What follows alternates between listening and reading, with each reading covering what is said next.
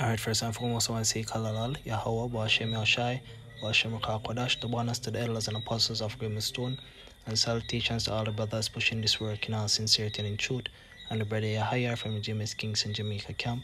Here once again, real quick lesson. As you can see, the title of this lesson would be based on this article, which states that the US details new international CV-19 travel requirements, right?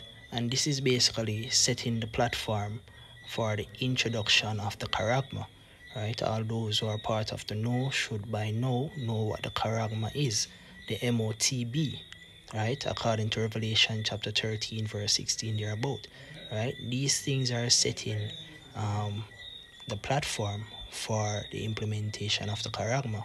So now this article was released on October the 25th, right? And the article is going to basically stating that children under 18 and people from dozens of countries with shortages of the Beetlejuice will be exempt from new rules that will require most travelers to the United States to be inoculated against CV-19, the Biden administration announced. So there are certain exemptions that they have provided for particular countries, but those exemptions aren't without constraints, right?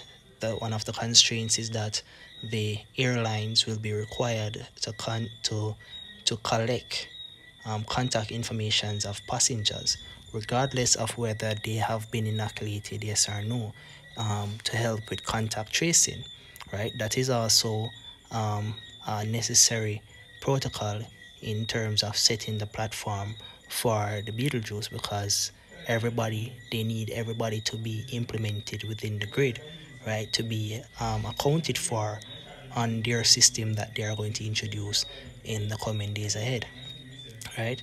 So it said beginning November 8th, foreign and non-immigrant adults traveling to the United States will need to be fully inoculated with only limited exceptions, right? Exceptions, and all travelers will need to be tested for the virus before boarding a plane to the US, right? So that is also a constraint, right? So it says there will be tightened restrictions for American and foreign citizens who are not fully inoculated, right? It says the new policy comes as the Biden administration moves away from restrictions that ban non-essential travel from several dozen countries. Most of Europe, China, Brazil, and South Africa, India, and Iran, and instead focuses on classifying individuals by the risk they pose to others. Right? It says it also reflects the White House's embrace of inoculation requirements as a tool to push more Americans to get the shots by making it inconvenient to remain uninoculated. Now, this is a vital point. They are basically making it inconvenient for Americans to remain uninoculated. They are also making it inconvenient for travelers who are going to travel to the United States, to basically make it inconvenient for them as well, right? And this is according to prophecy, because there must needs be some form of constraint or pressure being placed on citizens for them to walk within the agenda of the global elites, right? Which leads me to the book of Revelation chapter 13, verse 16, which says, and he calls it all, both small and great, rich and poor, free and bond, to receive a mark in their right hand or in their foreheads. Now that word cause it right there is from the Greek word peheo, which means to prepare or establish, right? So that is what is happening, man. They are preparing a system which is going to cause individuals to accept it. They are going to make it inconvenient to do business, to travel, to do all sort of stuff without being inoculated, and they are going to roll over that in making it inconvenient for individuals to do all the stuff that they can't do right now without being jabbed up, which basically without receiving that mark, that charagma, that MOTB, man, right?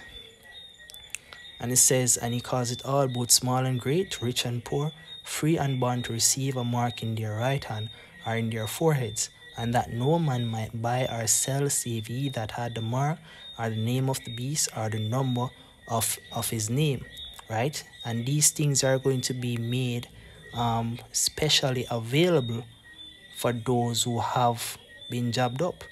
Individuals won't be able to go into stores anymore. They won't be able to go into have access to restaurants anymore. They won't be able to basically be a part of the normal movement of society without receiving the jab, right? Likewise, they won't be able to do these things as well without receiving the MOTB. So the Big C is basically setting the platform for the implementation of the MOTB. So back to the article, it says it also reflects the White House's embrace of inoculation requirements as a tool to push more Americans to get the shots by making it inconvenient to remain uninoculated. And that is why they are basically halting the intake of goods and supplies to America to basically induce a food shortage to get more and more Americans to jump on board with these things, right? What they are doing right now is basically classified as a siege, right? Just like how in ancient times when there was a battle, right? The combatants would lay siege to a city, and upon laying siege to that city, they restrict people from coming out and they restrict food from going in. So after a period of time, famine will basically ensue upon that city, right? It says, under the policy, those who are inoculated will need to be to show proof of negative CV-19 tests within 3 days of travel, while the uninoculated must present a test taken within a day of travel, right? It said children under 18 will not be required to be fully inoculated because of delays in making them eligible for inoculation in many places. It says they will still need to take a CV-19 test unless they are 2 or younger. Others who will be exempt from the inoculation requirements include people who participated in CV-19 clinical trials, who had severe allergic reactions to the Beetlejuice, or are from a country where shots are not widely available.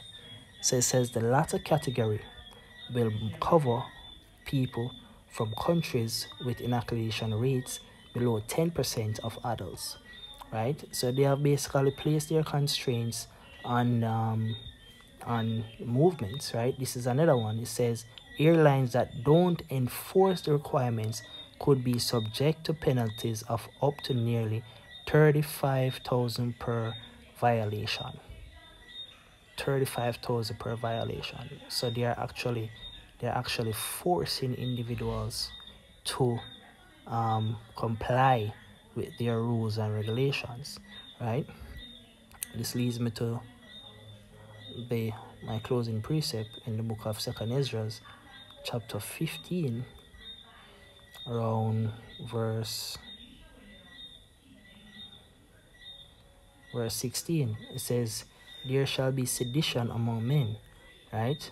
And invading one another. They shall not regard their kings nor princes, because all of these regulations that are being enforced, right, there is going to cause uprising of the people, because it's basically limiting food supply, it's causing massive job cuts, it's restricting the movement of people, and it's causing a great level of suffocation, right? So it says, and invading one another, they shall not regard their kings nor princes. People's basically going to lose it, man. And it says, and the course of their action shall stand in their power, A man shall desire to go into a city and shall not be able to. You understand? A man shall not be going to a city and shall not be able to. For because of their pride, the cities shall be troubled. The houses shall be destroyed, and men shall be afraid. So those days are coming slowly but surely, because some people might not feel the pinch as severely